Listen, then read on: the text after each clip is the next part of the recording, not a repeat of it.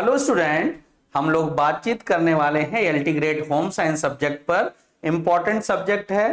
Vacancy आपको पता है आ चुकी है, फॉर्म भरने की प्रक्रिया शुरू होने वाली है। ओटीआर आपको रजिस्ट्रेशन कर लेना है, क्योंकि ओटीआर के थ्रू ही वैकेंसी में आप फॉर्म अप्लाई कर पाएंगे। तो होम साइंस यानी गृह विज्ञान एक इंपॉर्टेंट विषय है। उस विषय को हम आपके साथ डील करेंगे, बातचीत करेंगे दोनों माध्यमों में, ऑनलाइन और ऑफलाइन। ऑफलाइन फॉर्म में यानी क्लासरूम बैच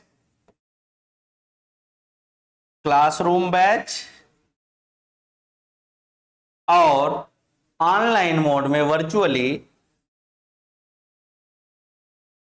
दोनों फॉर्म में बैच प्रारंभ हो गए। ऑनलाइन होम साइंस के नए बैचेज ऑनलाइन और ऑफलाइन दोनों फॉर्म में तैयार हो गए। इंपॉर्टेंट है, होम साइंस की तैयारी जो बच्चे कर रहे हैं उन ये बहुत ज्यादा कंफ्यूजन है। सिलेबस के अकॉर्डिंग हम देखें तो गृह विज्ञान में कुछ चीजें हमें पढ़नी है कि गृह विज्ञान का जो पाठ्यक्रम है बच्चों, होम साइंस का जो पाठ्यक्रम है उसको अगर हम देखें तो हमें उसे कैसे पढ़ना है, क्योंकि किसी भी परीक्षा की तैयारी के लिए जरूरी होता है मेरे प्यारे बच्चों कि हमें कुछ चीजें पता होनी चाहिए।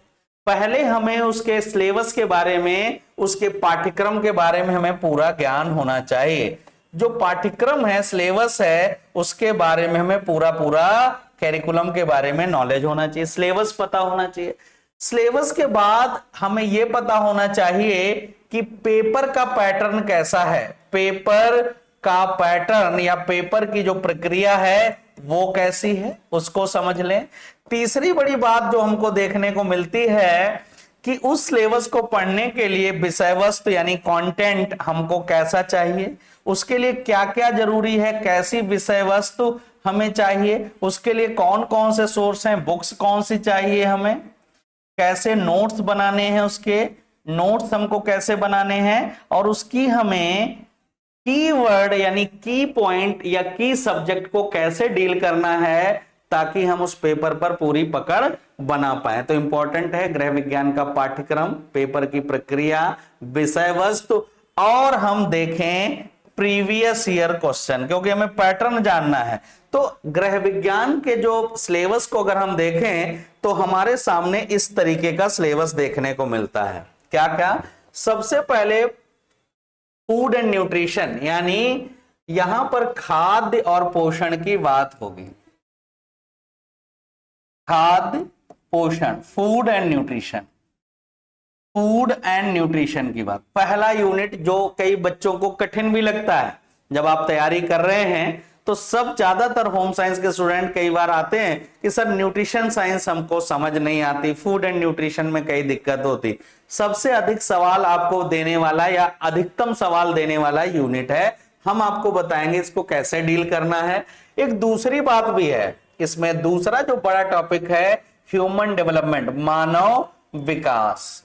ह्यूमन डेवलपमेंट की जब हम बात करते हैं, मानव विकास की बात करते हैं, तो ये सरल टॉपिक है, थोड़ा साइकोलॉजिकल अप्रोच में है, इसलिए यहां डेवलपमेंट के कई प्रिंसिपल्स और बेसिक चीजों के ऊपर हमें अच्छी समझ बनानी पड़ती है। वो चाहे शिशु का बौद्धिक विकास हो, शिशु का व्यक्तित्व पर्सनालिटी डेवलपमेंट हो, लर्निंग के एस्पेक्ट हो, लैंग्विस्टिक डेवलपमेंट हो, प्रसव की प्रक्रिया हो, प्रसव से पहले की कंडीशन, प्रसव के बाद की कंडीशन, वैक्सीनेशन की प्रोसेस, इसके बारे में भी हमको प्रॉपर नॉलेज होना चाहिए। इसके बाद जो तीसरा हम टॉपिक लेकर आते हैं एफआरएम यानी फैमिली रिसोर्स मैनेजमेंट। इस तरीके से हमको तैयार करना है फैमिली एफआरएम।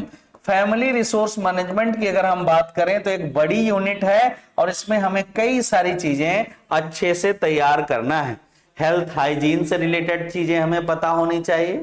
हेल्थ हाइजीन के बाद हम स्कूली स्टूडेंट जो विद्यालयी बच्चे हैं उनके स्वास्थ्य के बारे में, उनके स्वास्थ्य के रखरखाव से संबंधित, उनके न्यूट्रिशन से संबंधित चीजें हमें पता होनी चाहिए। हमें थोड़ा होम साइंस के इकोनॉमिक्स को भी समझना पड़ता है। गृह विज्ञान में जो अर्थशास्त्र है, यानी हम किस तरीके से इनकम को मेंटेन करते हैं, किस तरीके से हम बैंकिंग प्रक्रिया के बारे में जानते हैं, या किस तरीके से बैंक हमारे बचत की जो कई इंस्टीट्यूशंस हैं, वो चाहे डाकघर हो, बचत बैंक हो, ड्राफ्ट हो, डाक खाने हो, इनमें किस तरीके से हम आय को स्टोर करते हैं, सेव करते हैं, बचत बनाते हैं, उसके बारे में हमें पता होना चाहिए। हमें पता होना चाहिए संसाधनों के बारे में, हमें पता होना चाहिए घरेलू समय और श्रम बचाने वाले टूल्स के बारे में, हमें बजटिंग के बारे में पूरा नॉलेज होना चाहिए, हमें रखरखाव के बारे में, वर्टिनेशन के बारे में, होम डिकोर के बारे में बेसिक लेवल पर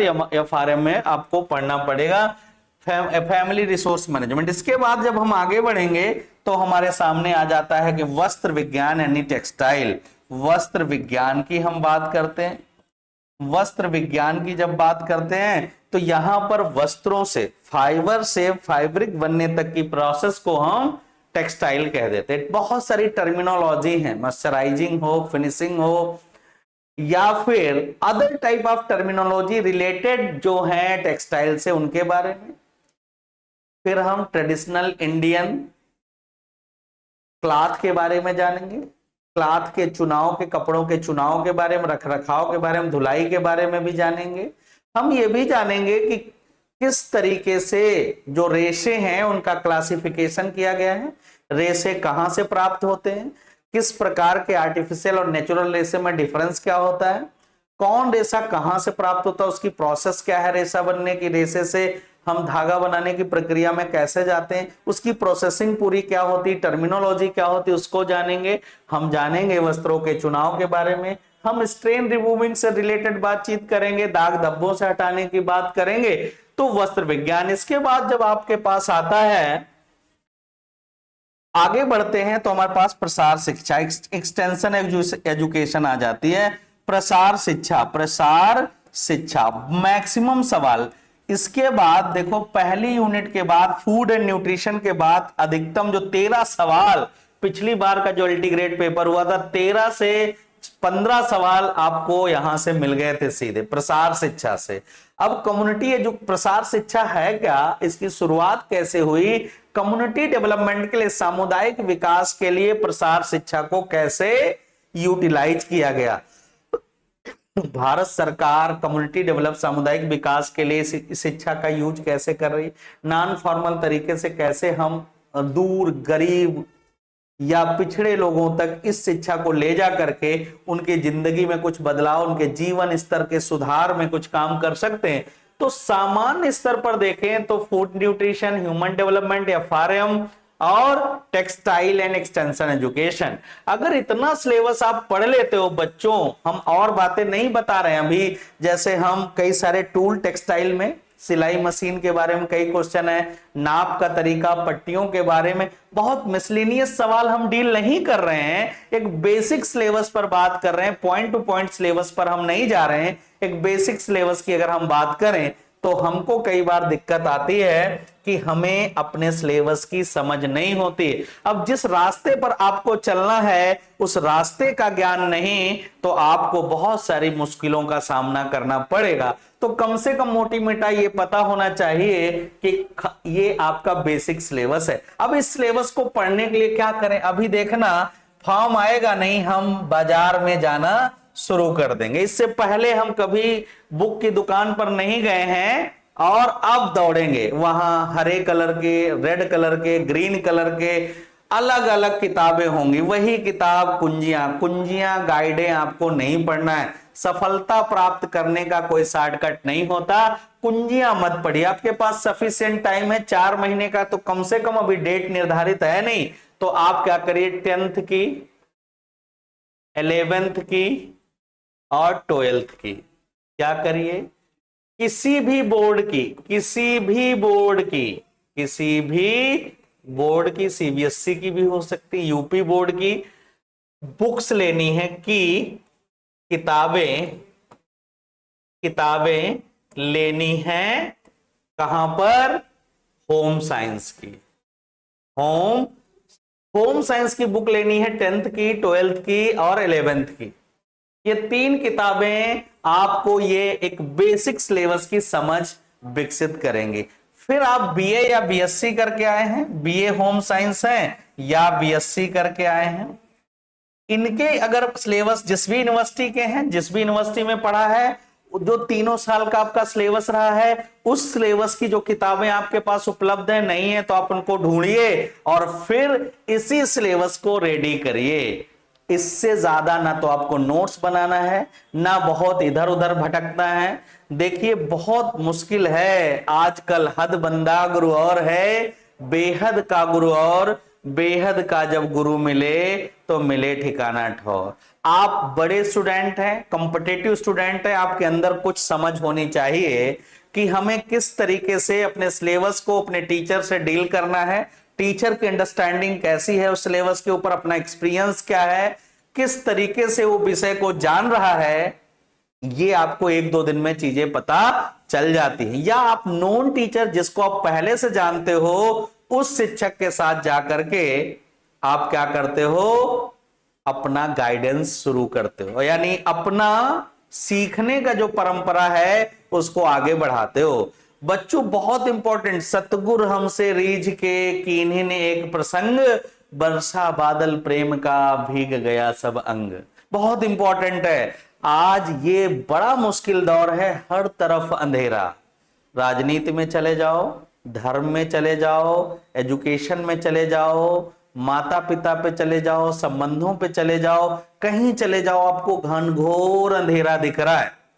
एकमात्र अभी भी विश्वास या उजाले का दीपक है वो शिक्षक है। लेकिन कुछ ऐसी स्थितियां बन गई हैं कि वहां पर भी ये ऐसी ही कंडीशन है, अंधकार के सिवा और कुछ नहीं है। हम हिंट कर रहे हैं, समझदार के लिए सारा काफी है। इसलिए आप शिक्षक के चुनाव, गुरु के चुनाव, व्यक्ति के चुनाव को थोड़ा इंपॉर्टेंस दें और देखें कि विषय को लेकर के आपकी जो समझ है, आपके शिक्षक की समझ है और पेपर के पैटर्न की स्टैंडर्ड जो है, क्या इसमें तारतम्यता बन रही है या नहीं बन रही है।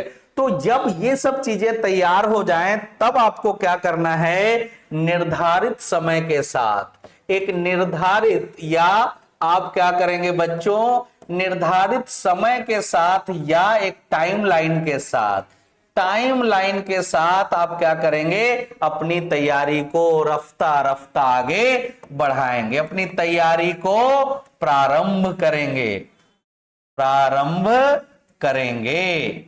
अब अगर आप अपनी तैयारी को धीरे से टाइम बाउंड करके टारगेट बेस्ड स्टडी स्टार्ट की और समय निर्धारित कर लिया कि हमें 4 से 5 महीने में सब कुछ, वो चाहे टेक्सटाइल हो, एक्सटेंशन हो, एफआरएम हो, ह्यूमन डेवलपमेंट हो, या फिर ये फूड एंड न्यूट्रिशन हो, हमें इसको कैसे प्रिपेयर करना है, हमारा पेपर पैटर्न क्या है।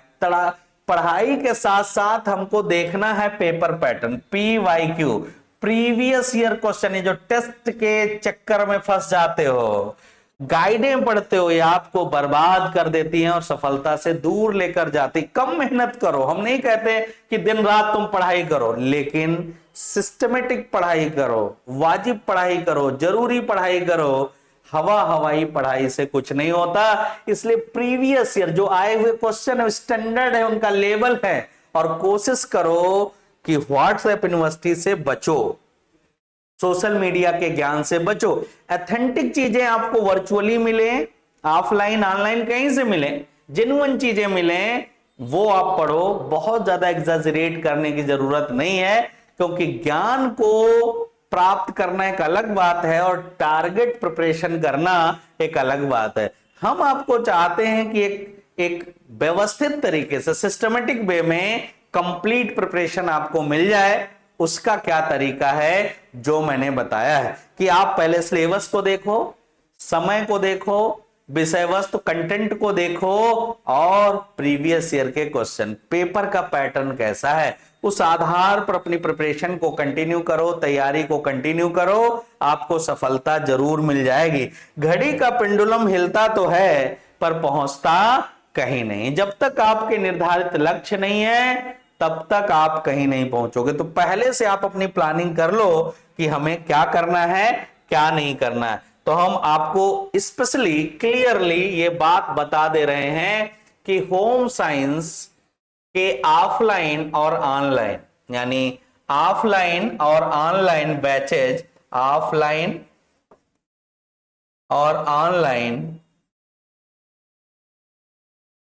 बैच प्रारंभ हो रहे हैं, स्पेशली होम साइंस के। जो बच्चे दूर हैं वो ऑनलाइन नहीं आ सकते ऑफलाइन क्लासेस में, और ऑनलाइन क्लासेस में आना चाहते हैं तो प्रॉपर ऑनलाइन क्लास में कम्युनिकेट करें। डिस्क्रिप्शन बॉक्स में नंबर दिए गए हैं, वहां से या हमारे नंबर पर बात कर लें। कहीं से भी होम साइंस के प्योर नए एथेंटिक बैच चल रहे हैं, वो भी बहुत ही सिस्टमेटिक तरीके से, क्योंकि मेन जरूरी होता है कि आपकी तैयारी में कंटिन्यूटी, स्मार्टनेस और सिस्टमेटिज्म कौन पैदा करता है, मोटिवेशन। क्योंकि बिना मरे स्वर्ग नहीं मिलेगा बच्चे, क्योंकि तुमको झेलना है, पेपर तुमको देना है, हम तरीका बताएंगे तो वो क्या मोटिवेशन हम आपके अंदर पैदा कर पाएंगे, इस आधार पर पूरा का पूरा बैच कंप्लीट तैयार किया गया है। आपको सिस्टमेटिक चीजें, टारगेट टास्क बेस्ड मिलते जाएंगे और आप तैयारी करते जाएं। बहुत ही वाहिद तरीके से, बहुत ही विस्तार से आपको चीजें बताई और सिखाई जाएंगी। तो बहुत बहुत धन्यवाद, आप सब जुड़े। और अब जो जरूरी लोग हैं जिनको पढ़ना है और एथेंटिक सोर्स तक नहीं पहुंच रहे हैं, उनको ये वीडियो शेयर जरूर कर दें। बाकी आप निर्णय लें, देरी ना करें और तुरंत अपनी तैयारी को शुरू करें। Thank you.